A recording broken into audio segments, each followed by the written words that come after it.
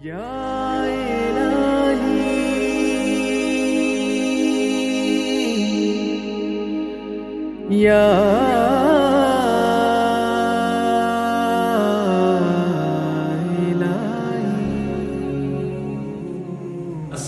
আলাইকুম ওয়া রাহমাতুল্লাহি ওয়া বারাকাতুহু।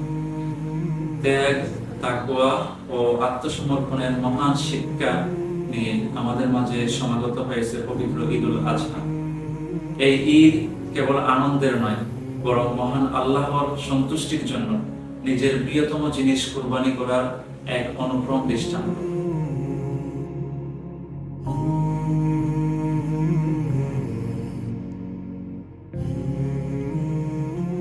লা ইয়ানালুল্লাহু লুহুমুহা ওয়ালা দিমাউহা ওয়ালাকিন ইয়ানালুহুত তাকওয়া মিনকুম। সূরা হজের 37 নম্বর আয়াতে আল্লাহ রাব্বুল আলামিন ইরশাদ করেন, আল্লাহর কাছে কোরবানিকৃত পশুর গোশত কিংবা রক্ত কোনো কিছু পৌঁছায় না, আল্লাহর কাছে তোমাদের শুধুমাত্র তাকওয়াটাই পৌঁছায়। হযরত ইব্রাহিম আলাইহিস সালামের সেই ইতিহাস আমাদেরকে শিখিয়ে দেয় কিভাবে রবের নিকট সবচেয়ে প্রিয়তম বস্তুকে উৎসর্গ করতে হয়। আর এই সবচেয়ে প্রিয়তম বস্তুকে উৎসর্গ করাই হলো কুরবানি। পিতার সেই নিষ্ঠতা, পুত্রের সেই আনুগত্যতা আজও এই পৃথিবীর মানুষদেরকে কোরবানিতে নিজেদের প্রিয়তম বস্তুকে উৎসর্গ করার সেই ইতিহাসের জন্য উদ্বুদ্ধ করে। আল্লাহ রাব্বুল আলামিনের কোরআনুল কারীমের সেই বাণী সামিআনা ওয়া আতানা, শুনলাম এবং আনুগত্য করলাম, সেই মতে যেন আমরা জীবনের প্রত্যেকটি স্থানে নিজের জীবনের সবচেয়ে প্রিয় বস্তু কোরবানির নজরানা পেশ করতে পারি।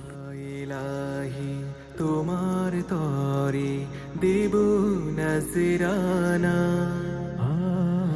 এই কোরবানি কবুল করো, আর কিছু চাই না।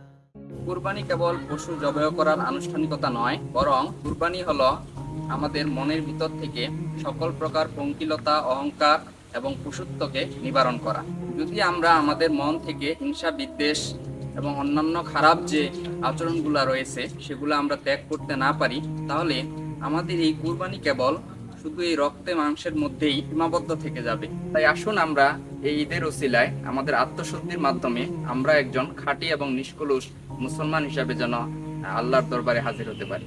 আজকের এই দিনে আমাদের অঙ্গীকার হওয়া উচিত সমাজ থেকে সকল ধরনের জুলুম, নির্যাতন, অন্যায়, অবিচার দূর করার জন্য এগিয়ে আসা। তরুণ ও ছাত্র সমাজকে ইব্রাহিম আলাইহিস সালামের চেতনায় উজ্জীবিত হয়ে ন্যায় ও ইনসাফ ভিত্তিক একটি সমাজ গঠনের জন্য অগ্রণী ভূমিকা পালন করতে হবে। ইতিহাস সাক্ষী, পৃথিবীতে সকল ধরনের বড় বড় পরিবর্তন তরুণ এবং যুবকদের হাত ধরেই এসেছে। সমাজ যখন অন্ধকারে নিমজ্জিত হয়েছে, তরুণরাই পরিবর্তনের আশা নিয়ে আলোর মশাল জ্বেলেছে।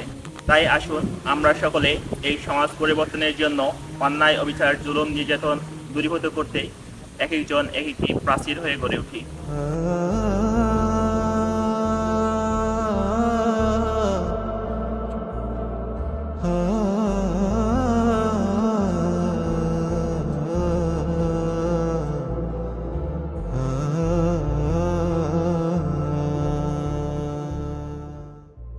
ঈদ মুসলিম উম্মাহের জীবনে নিয়ে আসে এক অনাবিল আনন্দের বার্তা, কিন্তু নিজ ভূমে প্রবাসী মুসলিম ফিলিস্তিনিদের ঈদের দিনেও বোমাবর্ষণের মুখে নিরাপদ আশ্রয়ের খোঁজ করতে হয়। তাদের জীবনে কি ঈদের প্রকৃত সুখ আসে? আসুন আল আকসার অধিবাসীদের মনে রাখি, সকল মুসলিমের জীবনে ঈদের প্রকৃত আনন্দ নিয়ে আসতে নিজ নিজ অবস্থান থেকে ভূমিকা পালন করে।